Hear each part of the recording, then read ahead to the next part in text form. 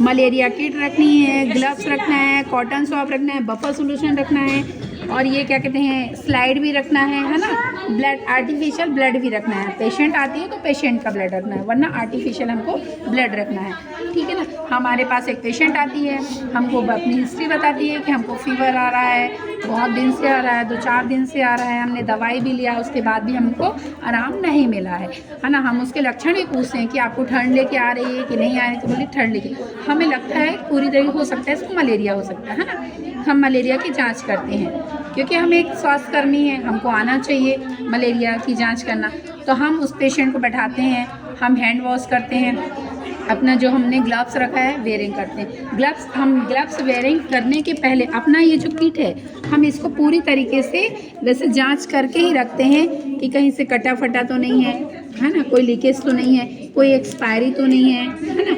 ये सब कुछ हम चेक करके रखते हैं अपना, ठीक है ना, डेट एक्सपायरी और कटा फटा। उसके बाद हम जाएंगे, हैंड वॉश करेंगे, हैंड वॉश करने के बाद ग्लव्स वेयरिंग करेंगे, ठीक है ना। प्रॉपर तरीके से हैंड वॉश करने के बाद हम जैसे सुखाते हैं हैंड वॉश अपने कमर के ऊपर रखें।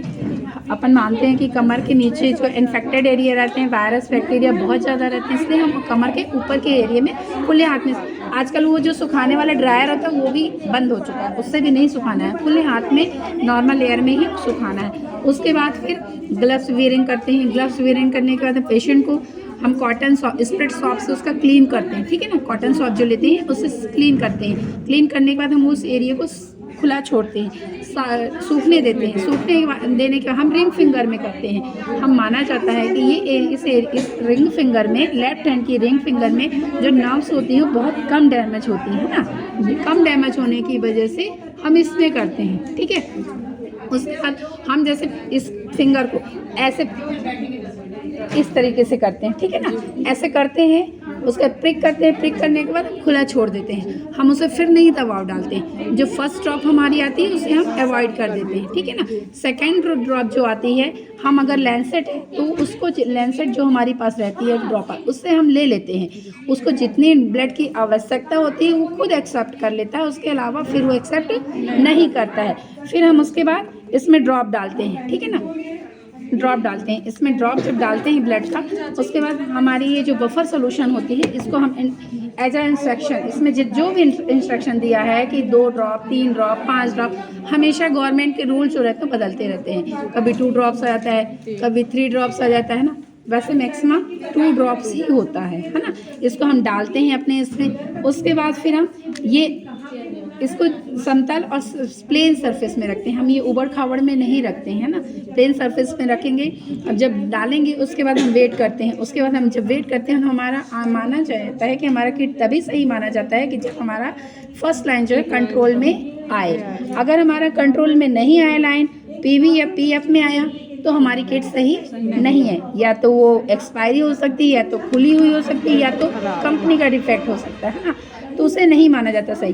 कंट्रोल में लाइन आना माना ही जाता है कि ये सही है हमारी किट। अगर कंट्रोल में लाइन आ गई और फिर उसका पीवी में आ गई तो मलेरिया वाइवैक्स है, ठीक है, माना जाता है ये। और अगर पीएफ में भी आई, अगर पीवी में नहीं आई तो पीएफ फैल्सिफेरम हो गया। अगर दोनों में आ गई तो उस पेशेंट को दोनों चीज़ें हैं। और अगर दोनों में नहीं है, कंट्रोल में आई, तो वो नेगेटिव है, ठीक है ना, नेगेटिव है। फिर इसको हम एज अ प्रिस्क्रिप्शन बीएमडब्ल्यू के अकॉर्डिंग इसको डिस्कार्ड करेंगे, ठीक है ना। हमने जो लैंसेट वो प्रिक किया था उसको भी डिस्कार्ड करेंगे, है ना, बीएमडब्ल्यू के अकॉर्डिंग, है ना। और उसके बाद हम ये वाला प्रोसीजर हो गया, ये भी हम रखते हैं, ठीक है ना। और ये जो ग्लव्स वेयरिंग किया हमने, उसके बाद उसके जो भी रैपर जैसे बीएमडब्ल्यू के अकॉर्डिंग हम उसको डिस्कार्ड करेंगे। जिस बकेट में जो चीज़ आनी है वो चीज़ हम वहाँ डिस्कार्ड करेंगे। ये तो बंद हो गया है, फिर भी ये बताया जाता है कि ये आना चाहिए। कभी इनकेस किसी जब ये किट नहीं रहती और कोई हमारा फैमिली मेम्बर ही इस कंडीशन में आ जाए कि हमें इमीडिएट ज़रूरत हो, है ना, और हम इंटीरियर में हैं और ये हमारे पास है लेकिन अगर हमें ये साधन नहीं है, हमको पता नहीं है इसका यूज करना, फिर हम क्या करेंगे, ठीक है ना। इसके लिए तो सिर्फ यही बस ज़रूरत रहती है ना, ठीक है ना। और ब्लड की, पेशेंट की ब्लड की, और किसी चीज़ की नहीं। और अगर ये साधन नहीं, ये नहीं है, तो हम सोचते हैं कि अगर हमारे पास है, उस वक्त हमको खलता है कि अगर हमें ये आता होता तो हम अपने पेशेंट की जांच कर लेते।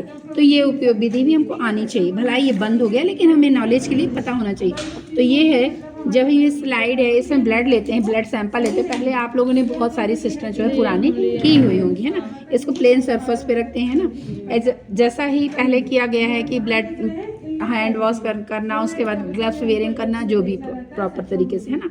उसके बाद पेशेंट का सैंपल लेना है, ब्लड लेना है यहाँ से, जैसे फिंगर से, है ना। और एक जगह हम 3 ड्रॉप लेते हैं, एक जगह हम जो स्लाइड के दोनों साइड में एक जगह 3 ड्रॉप्स, एक जगह 1 ड्रॉप लेते हैं, ठीक है। 1 ड्रॉप लेते हैं और 3 ड्रॉप, जो 3 ड्रॉप लेते हैं हम, वहाँ पे हम गाढ़ा बनाते हैं ना, थिक और थिन बनाते हैं ना, हम उसका सर्कल बनाते हैं। तो जो गाढ़ा वाला रहता है उसमें हम ये अपनी स्लाइड की एक नोक से हम अंदर से होते हुए बाहर की तरफ एक बड़ा सा गोला बनाते हैं ना, उसको बनाते हैं। जब बड़ा सा गोला बन जाता है हम उसको छोड़ देते हैं, ठीक है। और जहाँ हम ये सिंगल ड्रॉप लिए हैं, हम उस तरफ अपनी ये जो होती है स्लाइड, दूसरी स्लाइड है, उससे 45 डिग्री का एंगल बनाते हैं ना। उसकी जो ब्लड की हमने एक ड्रॉप लिया, उसके बीचों बीच में हम रखते हैं, ठीक है ना। हम उसके बीचों बीच में एक ब्लड की ड्रॉप में इसको रखते हैं और हल्का सा अपनी तरफ पुश करते हैं, ठीक है ना। पहले हल्का सा जैसे रखे ना, ये हम उसको हल्का सा अपनी तरफ पुश किए, फिर हम उसको जस्ट अपोजिट में धक्का दे देते हैं, ठीक है ना। एकदम नॉर्मल हाथों से देते हैं, बहुत प्रेशर के साथ नहीं देते हैं। जो ये वाला हमारा है, जो 1 बूंद वाला है, वो हमारे 3 बूंद वाले सर्कल से जाके ना मिल पाए, ठीक है ना। इतनी ही दूरी, हमको इतना अंदाजा हो जाता है।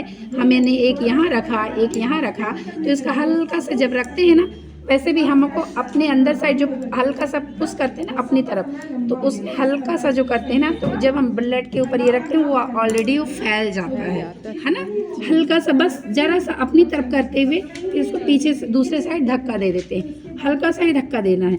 फिर उसके बाद हम उसको सूखने का वेट करते हैं। और जहाँ तरफ हमने 1 ड्रॉप रखा था, जो वो फैलाया हमने, उसी साइड हम पेशेंट का नाम लिखते हैं, उसका सारा आइडेंटिफाई लिखते हैं, ठीक है, क्या चीज़ है। उसके बाद हमको सूखने देते हैं। जब वो सूख जाता है, अपन को पता चल जाता है कि ये सूख गया है ना। उसके सूखने के बाद हम इसको सेकेंड स्लाइड से कवर कर देते हैं, ठीक है। कवर करने के बाद हम उसको लेबोरेटरी में भेज देते हैं लैब जांच के लिए। फिर वहाँ से हमारा रिपोर्ट आ जाता है, उसके अकॉर्डिंग हम उसको ट्रीट करते हैं, ठीक है ना। और